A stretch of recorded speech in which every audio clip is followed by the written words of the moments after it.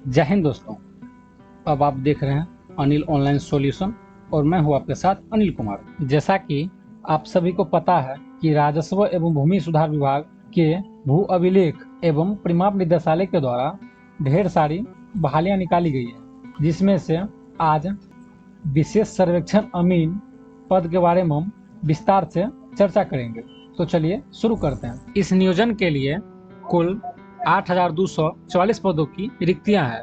आज के इस वीडियो की विशेष सूची कुछ इस प्रकार रहेगी कि संविदा नियोजन क्या होता है, विशेष सर्वेक्षण अमीन का क्या काम होता है, कौन कौन आवेदन कर सकता है, शैक्षणिक योग्यता क्या है, उम्र सीमा कितनी रहेगी, आवश्यक दस्तावेज क्या क्या लगेंगे, आवेदन शुल्क और मानदेय कितना रहेगा, भर्ती की प्रक्रिया क्या रहेगी, कितने दिनों के लिए नियोजन किया जाएगा, इसका आधिकारिक वेबसाइट कौन सी है और महत्वपूर्ण तिथियां।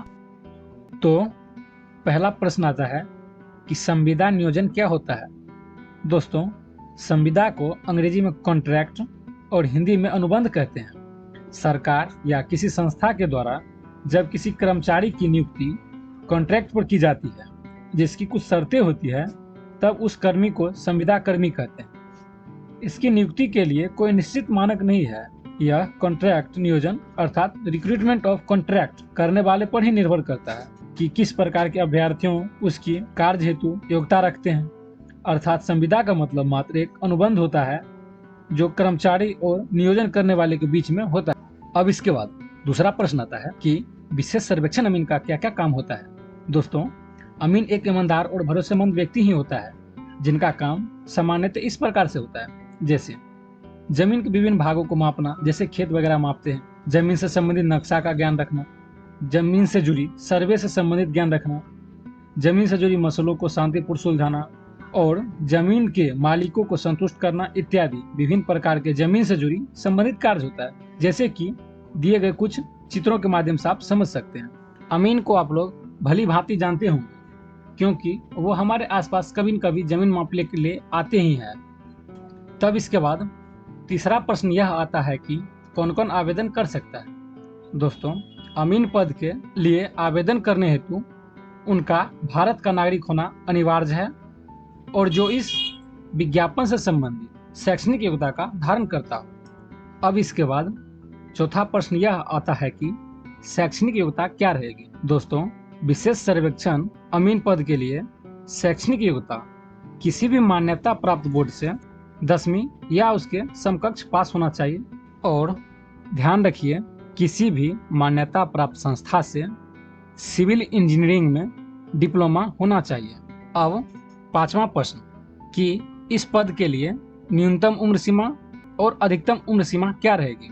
दोस्तों, अभ्यर्थियों की न्यूनतम उम्र सीमा दिनांक 1/1/2022 अर्थात 1 जनवरी 2022 तक कम से कम 18 वर्ष होनी चाहिए और अधिकतम उम्र सीमा अनारक्षित वर्ग के पुरुष के लिए 37 वर्ष, अनारक्षित वर्ग के महिला के लिए 40 वर्ष, पिछड़ा अत्यंत पिछड़ा वर्ग के पुरुष एवं महिलाओं के लिए 40 वर्ष और अनुसूचित जाति एवं अनुसूचित जनजाति के पुरुष एवं महिलाओं दोनों के लिए अधिकतम उम्र सीमा 42 वर्ष रहेगी। अब इसके बाद छठा और महत्वपूर्ण प्रश्न कि आवश्यक दस्तावेज क्या क्या लगेंगे। दोस्तों, इसके लिए आवश्यक दस्तावेज के रूप में 10वीं का मार्कशीट, सिविल इंजीनियरिंग से संबंधित प्रमाण पत्र, आधार कार्ड, पासपोर्ट साइज का फोटो और हिंदी अंग्रेजी में हस्ताक्षर। अब सातवां प्रश्न, आवेदन शुल्क और मानदेय कितनी रहेगी। दोस्तों, विशेष सर्वेक्षण अमीन पद के लिए कोई भी आवेदन शुल्क नहीं रखा गया है, अतः यह आवेदन बिल्कुल मुफ्त है। अब यदि मानदेय की बात की जाए तो विशेष सर्वेक्षण अमीन के लिए मासिक मानदेय 31,000 रुपये होगा, जिसमें 1 साल तक प्रशिक्षण के समय प्रत्येक महीने अलग से 4,000 रुपये मोबाइल, लैपटॉप और इंटरनेट के खर्चे के रूप में दिया जाएगा। अब 8वीं और सबसे महत्वपूर्ण प्रश्न, भर्ती की प्रक्रिया। दोस्तों, मैट्रिक एवं डिप्लोमा में प्राप्त प्रतिशत प्राप्तांक के आधार पर मैट्रिक के लिए अधिकतम 10 अंक का वेटेज और डिप्लोमा के लिए अधिकतम 90 अंक तक का वेटेज के आधार पर मेधा सूची तैयार की जाएगी। जैसे आपको 10वीं में कुल 80% प्राप्त हुए हैं और डिप्लोमा में कुल 70%। तब 10वीं का वेटेज अंक निकालने के लिए आपको दिए गए इस सूत्र का उपयोग करना होगा। जैसे 10वीं का प्रतिशत गुना वेटेज बटे 100 अर्थात 80 गुने 10/100 बराबर 8 अंक। अतः आपका 10वीं में प्राप्त अंक 8 माना जाएगा और डिप्लोमा में प्राप्त अंक 70 गुने 90/100 बराबर 63 अंक। अतः आपका डिप्लोमा में प्राप्त अंक 63 माना जाएगा। इस प्रकार दोनों का अंक 8 और 63 दोनों को जोड़कर 71 हुआ। अतः आपको मेधा सूची में 71 अंक दिया जाएगा। अब इसके बाद 9वां प्रश्न आता है कि कितने दिनों के लिए नियोजन किया जाएगा। दोस्तों, विशेष सर्वेक्षण अमीन के लिए मानदेय आधारित संविदा के आधार पर नियोजन की अवधि नियोजन की तिथि से 31 मार्च 2024 तक के लिए होगा और आवश्यकता पड़ने पर इसे बढ़ाया भी जा सकता है। 10वां प्रश्न, इसका आधिकारिक वेबसाइट कौन सा है। दोस्तों, इसका आधिकारिक वेबसाइट https://state.bihar.gov.in/LRC है। अब आखिरी प्रश्न, महत्वपूर्ण तिथियां।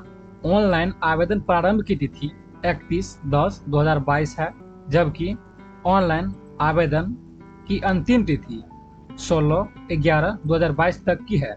ठीक इसी प्रकार के विस्तारित एवं महत्वपूर्ण वीडियो देखने के लिए आपके अपने YouTube channel Anil online solution को जरूर सब्सक्राइब करें। इस वीडियो को पूरा देखने के साथ साथ आपने लाइक करके अपने दोस्तों को भी शेयर किए। इसके लिए आपका बहुत बहुत धन्यवाद।